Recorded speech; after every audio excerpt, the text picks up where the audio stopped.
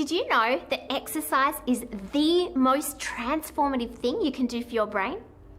Exercise boosts your mood because it increases dopamine, serotonin, and noradrenaline in your brain. Exercise increases brain cells and improves memory. It can make you more productive, more creative, and cut your learning time in half. But emerging research has shown that mentally challenging exercise adds even more power to those results. I put it all to the test on myself after a series of minor strokes and pseudoaneurysms on the brain left me struggling to talk and walk 3 years ago.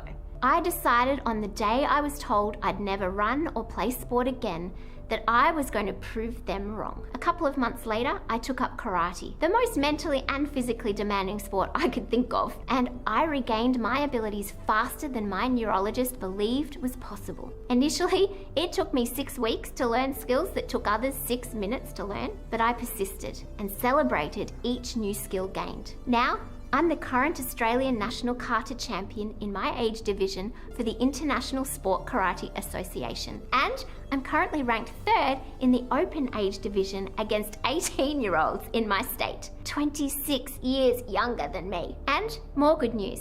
A study released in 2021 by the Harvard School of Medicine showed that to give dramatic positive benefits, your exercise doesn't have to be hard. It just has to be regular. How can you add more mental challenge to your exercise? Maybe you could try a Zumba class, take up ballroom dancing, take a different path for your next walk or run, or take up martial arts like I did.